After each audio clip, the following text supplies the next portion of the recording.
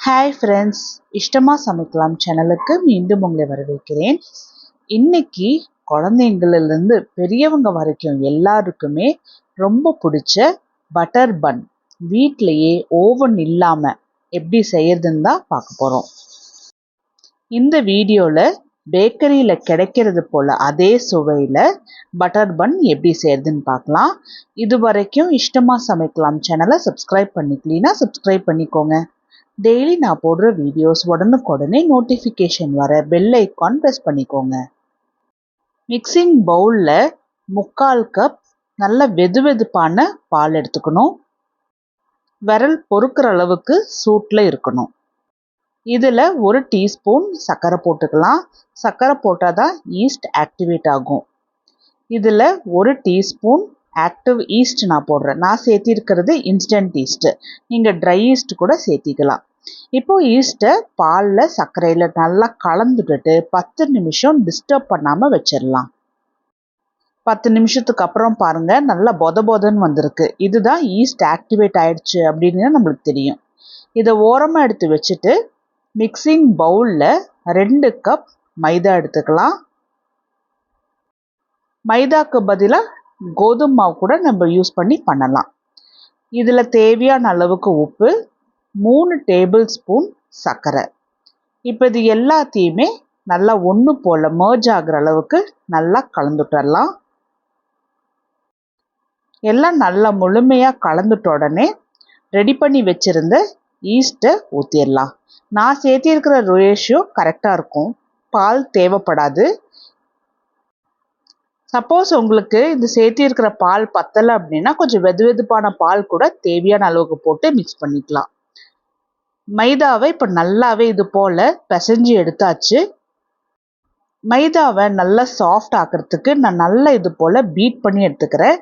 நான் ஒரு 10 நிமிஷமாக இது போல் பீட் பண்ணிகிட்ருக்கேன். அப்போ தான் மைதா நல்லா சாஃப்ட் ஆகும்.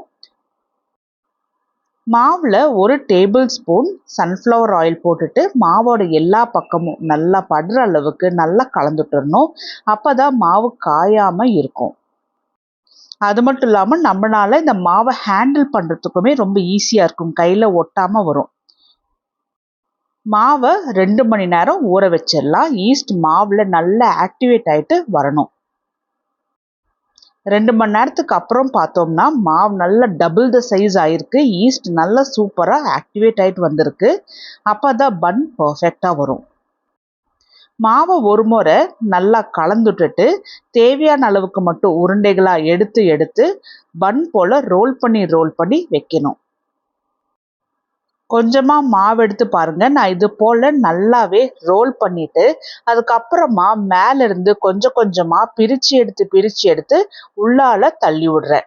இது போல் செய்யும்போது மேலே நல்லா ஸ்மூத்தாக வரும். அதே சமயத்தில் பன் எந்த அளவுக்கு நல்ல லேயராட்டம் நம்ம பார்க்க முடியுது பேக்கரியில் வாங்கும்போது அதே டெக்ஸ்டர் கிடைக்கும். நல்லா பின்னாடி ரோல் பண்ணி விட்டுட்டு திரும்பவும் பன் போல் கொஞ்சமாக கும்முன்னு இது போல் உருட்டி எடுத்து வைக்கணும். பிளேட்டில் கொஞ்சமாக எண்ணெய் தடவி விட்டுட்டு அதுக்கப்புறமா ரெடி பண்ணி வச்சுருக்கிற பன்னை இது போல் ஒவ்வொன்றா அடுக்கி வச்சுருவோம்.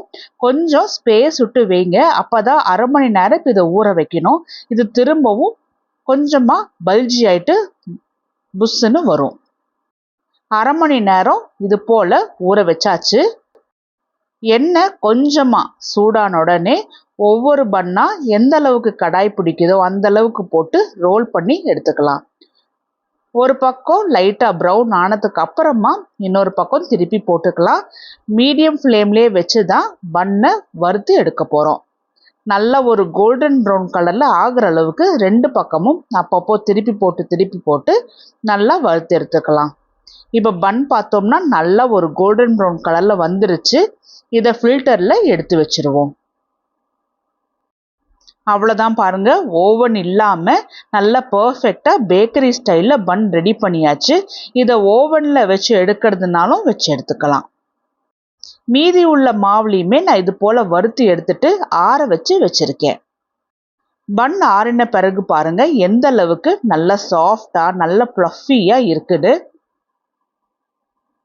பன் நல்லா முழுமையாக ஆறினதுக்கு அப்புறம் தான் உள்ள பட்டர் போட முடியும். அப்போ தான் பட்டர் உருகாமல் இருக்கும். மிக்சிங் பவுலில் 1 டேபிள் ஸ்பூன் ரூம் டெம்பரேச்சரில் இருக்கிற பட்டர் எடுத்து நல்லா மிக்ஸ் பண்ணிக்கணும். பட்டர் இப்போ பார்க்கறதுக்கு க்ரீம் கலரில் இருக்குது. இது நல்ல ஒரு வெள்ளை கலர் ஆட்டம் ஆகிற அளவுக்கு நல்லா பீட் பண்ணி எடுத்துக்கணும். 1 டேபிள் ஸ்பூன் பட்டருக்கு 3லிருந்து 4 டேபிள் ஸ்பூன் பொடிச்ச சர்க்கரை கரெக்டான ரேஷியோவாக இருக்கும். ஆரம்பத்தில் நான் 3 டேபிள் ஸ்பூன் பொடிச்ச சர்க்கரை மட்டும் போட்டு பட்டரோட சேர்த்து நல்லா கலந்துட்டுக்க போகிறேன். இது ஒன்றுக்கு ஒன்று மர்ஜ் ஆகாமல் கொஞ்சம் பொடி பொடியாக இருக்குது. இதுக்கு 1/2 டீஸ்பூன் அளவுக்கு மட்டும் கொஞ்சமாக காய்ச்சி ஆறின பால் போட்டு நல்லா கலந்துட்டுட்டோம் அப்படின்னா பட்டரோட சேர்த்து சர்க்கரையுமே நல்லா மர்ஜ் ஆகிட்டு வரும். பட்டரும் சுகரும் நல்லா இது போல் மிக்ஸ் பண்ணி விடுங்க. டேஸ்ட் பாருங்கள். பட்டர் கொஞ்சம் ஓவர் டேக்காக இருக்குது டேஸ்ட்டில் அப்படின்னா இன்னொரு டேபிள் ஸ்பூன் பவுடர்ட் சுகர் கூட போட்டுட்டு நல்லா இது போல் மிக்ஸ் பண்ணி விட்டுக்கோங்க. நல்லா பர்ஃபெக்டாக க்ரீம் ரெடி ஆயிடுச்சு. பன்னும் பாருங்கள் நல்லாவே முழுமையாக ஆறி இருக்கு. இந்த ஸ்டேஜில் போட்டோம் அப்படின்னா தான் பட்டர் மெல்ட் ஆகாமல் இருக்கும். பன்னை இப்போ பாருங்கள் நல்லா 2 இது போல் கட் பண்ணிவிட்டு ரெடி பண்ணி வச்சுருந்த க்ரீமை நடுவில் அப்ளை பண்ணிட வேண்டியதுதான். பேக்கரியில் போயிட்டு வாங்காமல் வீட்டிலையே நல்ல பர்ஃபெக்டாக பட்டர் பன் ரெடி பண்ணியாச்சு. நீங்களும் நான் இந்த வீடியோவில் சொன்னது போலவே ஓவன் இல்லாமல் பட்டர் பன் செஞ்சு பார்த்துட்டு எப்படி வந்துச்சுன்னு எனக்கு கமெண்ட் பண்ணுங்கள். இந்த வீடியோ உங்களுக்கு பிடிச்சிருந்தா லைக் பண்ணுங்கள். உங்கள் ஃப்ரெண்ட்ஸ் எல்லாத்துக்கும் ஷேர் பண்ணுங்கள். இஷ்டமாக சமைக்கலாம் சேனலுக்கு சப்ஸ்கிரைப் பண்ணிக்கோங்க. டெய்லி நான் போடுற வீடியோஸ் உடனுக்குடனே நோட்டிஃபிகேஷன் வர பெல் ஐக்கான் ப்ரெஸ் பண்ணிக்கோங்க.